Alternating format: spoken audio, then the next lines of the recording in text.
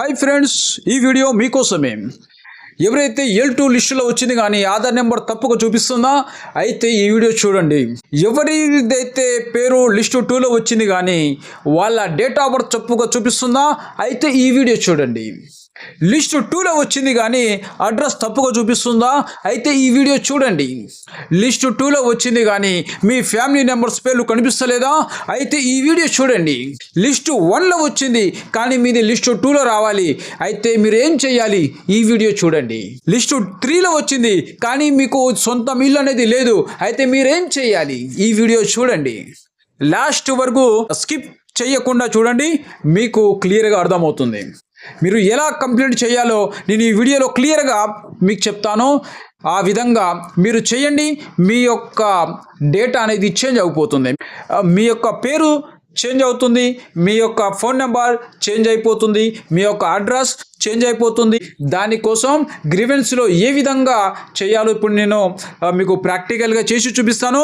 మీరు ఆ విధంగా చేయండి, మీరు ఖచ్చితంగా మీ డేటా అనేది చేంజ్ అయిపోతుంది, మీకు ఇల్లు వచ్చే అవకాశం ఉంటుంది. దానికోసమని మీరు గూగుల్లోకి వెళ్ళాలి. అయితే మనం ఇప్పుడు గూగుల్లోకి వెళ్దాం. వెళ్ళిన తర్వాత ఏ విధంగా చేయాలో మీకు ఒక్కొక్కటిగా క్లియర్గా చెప్తాను. ఆ విధంగా చేయండి. అది పెండింగ్లో ఇప్పుడు చూపించినా కూడా తర్వాతకి స్టేటస్ అనేది మారిపోతుంది, అప్రూవల్ని మీ స్టేటస్ రావచ్చు. అది ఏ విధంగా చేయాలో ఇప్పుడు మనం చేద్దాం. ఫ్రెండ్స్, గూగుల్లోకి వెళ్ళండి. మీరు గూగుల్లోకి వెళ్ళిన తర్వాత మీరు ఇంద్రమ్మ ఇల్లు అని కొట్టండి. ఇక్కడ ఇంద్రమ్మ ఇల్లు లేటెస్ట్ అప్డేట్ అని ఉంది, నేను దాన్ని ప్రెస్ చేశాను. ప్రెస్ చేసిన తర్వాత ఇక్కడ ఇంద్రమ్మ ఇల్లు వెబ్సైట్ మీద క్లిక్ చేయండి. ఇంద్రమ్మ ఇల్లు వెబ్సైట్ మీద క్లిక్ చేయగానే మీకు ఈ వెబ్సైట్ ఓపెన్ అవుతుంది. ఓపెన్ అవ్వగానే మీరు సెలెక్ట్ దగ్గర ప్రెస్ చేయండి. ఇక్కడ ఫోన్ నెంబర్ అడుగుతుంది, ఆధార్ నెంబర్ అడుగుతుంది, అప్లికేషన్ ఐడి అడుగుతుంది, ఎఫ్ఎస్సి కార్డు నెంబర్ అడుగుతుంది. అయితే మీరు ఫోన్ నెంబర్ ద్వారా అయినా సరే, ఆధార్ కార్డు నెంబర్ ద్వారా అయినా సరే, ఎఫ్ఎస్సి అని మీ యొక్క రేషన్ కార్డు నెంబర్ ద్వారా అయినా సరే, మీ అప్లికేషన్ నెంబర్ ద్వారా అయినా సరే మనం ఇక్కడ చూసుకోవచ్చు మన స్టేటస్ని. అయితే నేను ఫోన్ నెంబర్ కొడుతున్నాను. ఫోన్ నెంబర్ను ప్రెస్ చేసి మన ఫోన్ నెంబర్ ఏదైతే మనం ప్రజాపాలన ఇచ్చామో ఆ ఫోన్ నెంబర్ని ఇక్కడ మనం ఎంటర్ చేద్దాం. ఎంటర్ చేసిన తర్వాత మనకు మన స్టేటస్ ఏంటిదో ఇక్కడ చూపిస్తుంది. అయితే నేనైతే ఫోన్ నెంబర్ ఎంటర్ చేసి సెర్చ్ బటన్ని ప్రెస్ చేశాం. ప్రెస్ చేయగానే నా ముందు డాటా అయితే వచ్చింది. అయితే ఈ డాటాలో ఇది ఎంటర్ చేయగానే ఈ ఫోన్ నెంబర్ ఎవరిదైతే ఉందో వాళ్ళ యొక్క పేరు వచ్చింది, వాళ్ళ యొక్క ఫోన్ నెంబర్ వచ్చింది, వాళ్ళ యొక్క రేషన్ కార్డ్ నెంబర్ వచ్చింది. అయితే కింద చూస్తే లిస్టు టైపు లిస్టు 2 అని చూపిస్తుంది. లిస్టు టైపు లిస్టు 2 అని చూపిస్తుంది. కింద అప్లికేషన్ స్టేటస్ వచ్చేసి pending for MPDO approval, pending for MPDO approval అని చూపిస్తుంది. అయితే మనం వ్యూ డీటెయిల్స్కి వెళ్ళాలి. వ్యూ డీటెయిల్స్లో వెళ్తే ఇక్కడ పేరు, ఆధార్ నెంబర్, అదేవిధంగా అప్లికేషన్ నెంబర్, అదేవిధంగా మనకు వచ్చేసి హస్బెండ్ నేమ్ అది క్లియర్గా చూపిస్తుంది. దానితో పాటు ఇక్కడ house site in applications name, ఏమన్నా సైట్ ఏమైనా అవును ప్రాపర్టీస్ ఉన్నాయా అంటే ఇక్కడ నో అని చూపిస్తుంది, అంటే ఏమీ లేదు. ఎన్ని సంవత్సరాల నుంచి ఇక్కడ ఉంటున్నారు, years residence in city in town, అది 12 ఇయర్స్ అయితే ఇక్కడ చూపిస్తుంది. మీరు ఎన్ని ఇయర్స్ చెప్పారో అది ఆ ఇయర్స్ ఇక్కడ చూపిస్తుంది. అదేవిధంగా ఒక ఆప్షన్ ఆప్ బ్రెడ్ విన్నర్, మీరు ఏం పని చేస్తారనేది దీంట్లో చూపిస్తుంది. దీంట్లో వచ్చేసి డైలీ వేజ్ లేబర్ అనేది ఇక్కడ చూపిస్తుంది. అదేవిధంగా ఏజ్ 38 చూపిస్తుంది, జెండర్ ఫీమేల్ అని చూపిస్తుంది, క్యాస్ట్ మైనార్టీ అని చూపిస్తుంది. అయితే మీ హౌస్ నెంబర్ అనేది ఇక్కడ చూపిస్తుంది, మీ ఏ వార్డ్ అనేది ఇక్కడ చూపిస్తుంది.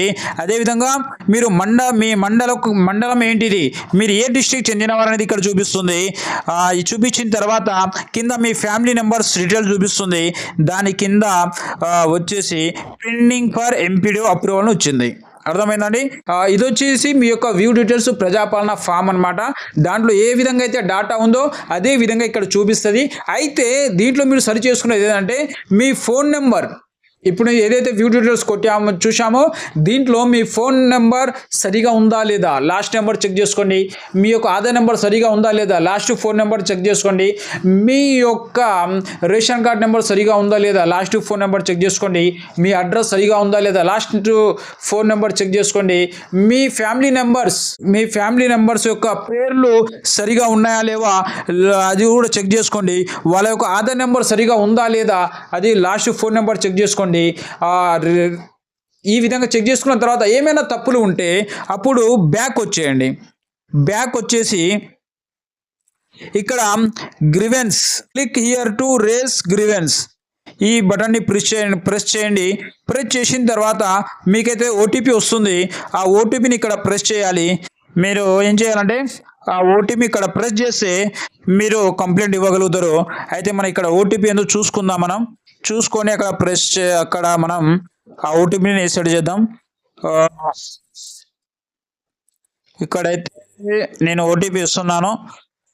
ఓటీపీ ఇచ్చి సబ్మిట్ కొట్టాను. సబ్మిట్ బటన్ ప్రెస్ చేసిన తర్వాత అప్లైడ్ ఇన్ ప్రజాపాలన మీరు అప్లై చేశారా ప్రజాపాలనలో? ఎస్ అయితే ఎస్ కొట్టండి, నో అయితే నో కొట్టండి. మీరు అప్లై చేశారు కాబట్టి ఎస్ కొట్టండి. ఎందుకంటే అప్లై చేశారు కాబట్టి డేటా తప్పుగా ఉంది కాబట్టి ఇక్కడ మీరు ఎస్ అని ప్రెస్ చేయండి. ఇక్కడ ఏదైతే ఆధార్ నెంబర్ ఉందో ఆధార్ నెంబర్ ఇక్కడ మీరు ఎంటర్ చేయండి.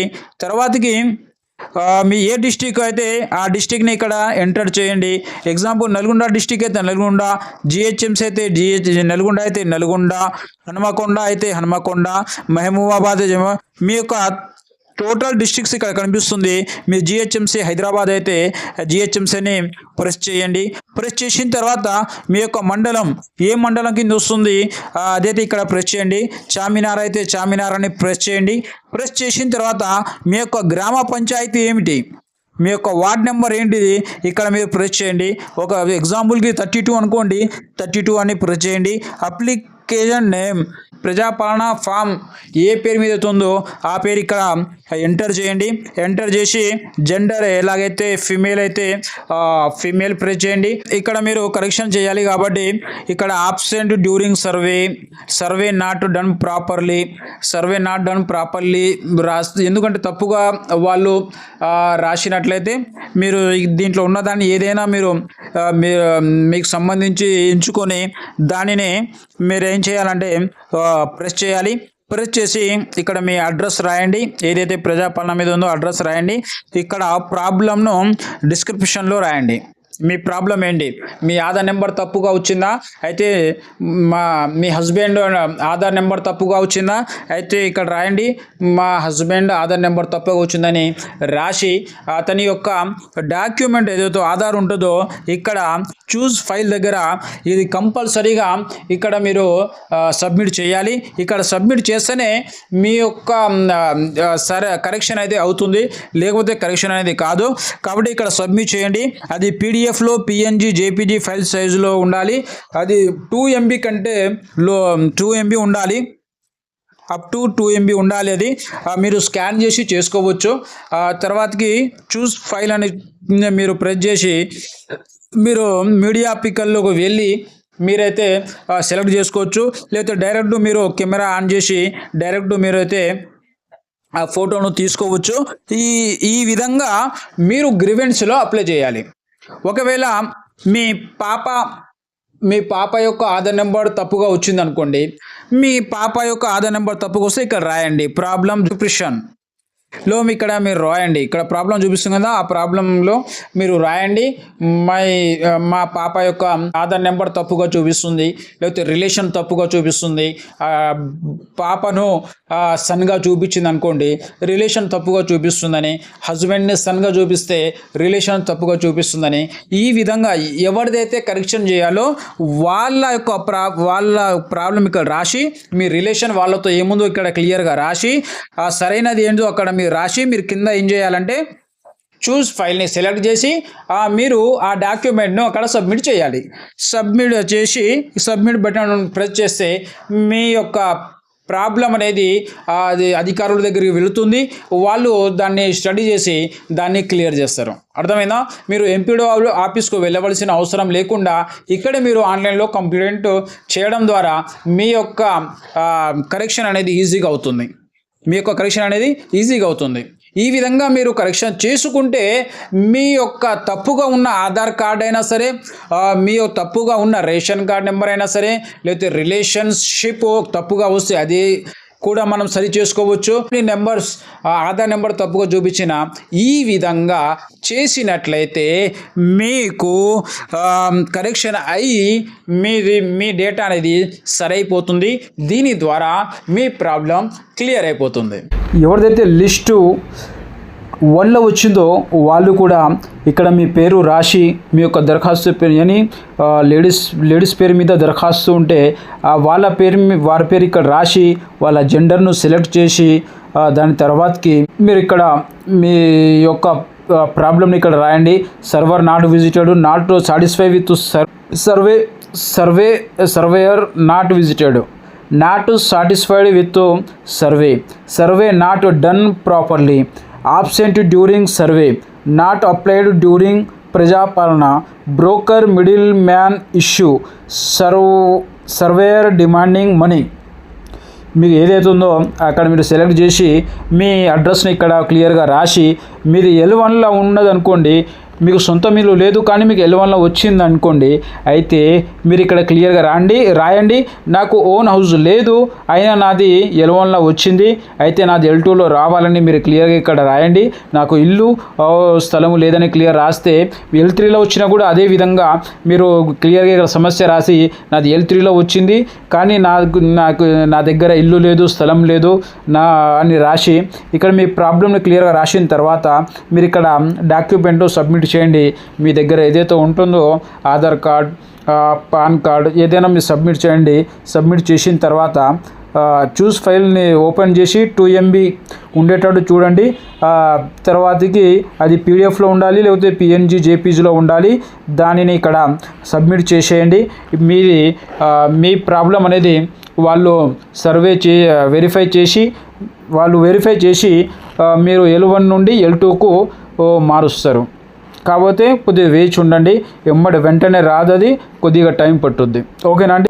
L1 వాళ్ళు, L3 వాళ్ళు ఒకవేళ మీకు L2లో రావాలి కానీ L1 L3లో వస్తే మీరు ఈ విధంగా చేయండి. మీ యొక్క స్టేటస్ అనేది మారిపోతుంది. ఇంకేమైనా న్యూ అప్డేట్ ఉంటే నేను మీ ముందుకు ఖచ్చితంగా వస్తాను. ఈ వీడియోను ఇంతటితో ముగిస్తున్నాను.